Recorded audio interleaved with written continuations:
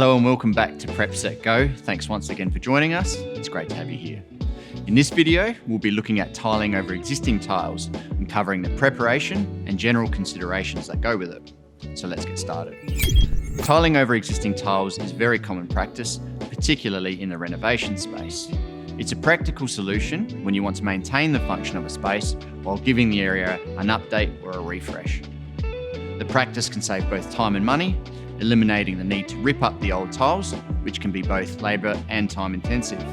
It's far less invasive and noisy and doesn't create dust and the added inconvenience of extra waste that needs to be disposed. Now, although this is far more convenient than the alternative, there's still a number of things to consider when determining if it's even feasible. So let's explore some of these. What will the impact be on floor heights?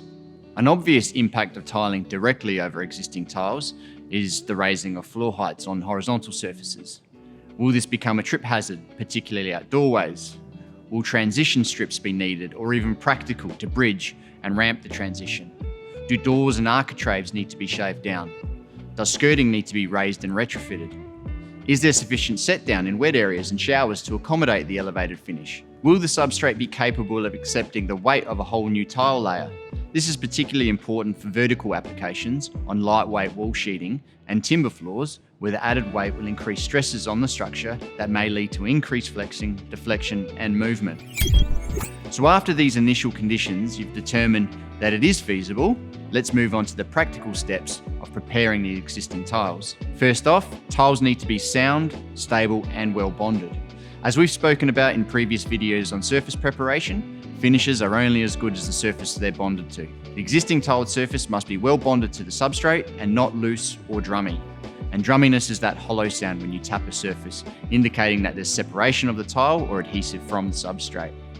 So a thorough inspection of the entire surface should be conducted. Any loose, cracked or drummy tiles should be removed and patched with a suitable repair or levelling compound, and you can refer to the extensive range of RLA surface preparation products for details.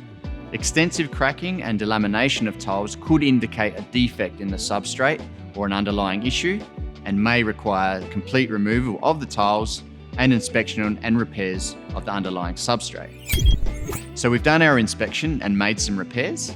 Now we need to ensure the surface is thoroughly clean to enable a good bond to the surface.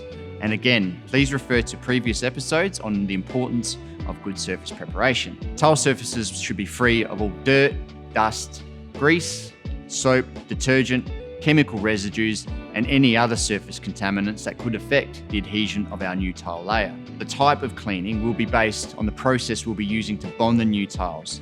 So this can either be directly with suitable tile adhesives or through the use of special primers, such as the RLA Universal Primer, which is designed to allow finishes to bond to smooth or non-porous surfaces like ceramics, metals, and plastics. Tiling directly to the existing tiles will often require the removal of the tile glaze and roughening of the surface to promote good adhesion.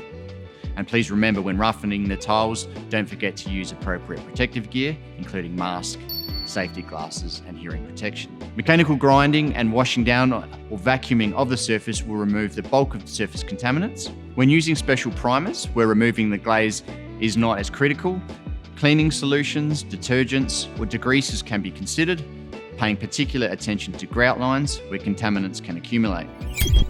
And now for adhering the tiles. First and foremost, always use a high quality tile adhesive.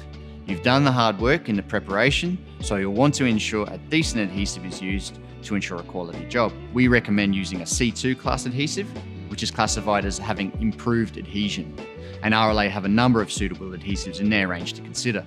And remember to always refer to the product data sheet for suitability for use over these surfaces, or if unsure, call us directly, where one of our friendly staff will be more than happy to help. Thanks for joining us on today's episode. If you have any questions or comments, please feel free to leave them down below or send us a message via our social media channels. We look forward to seeing you next time.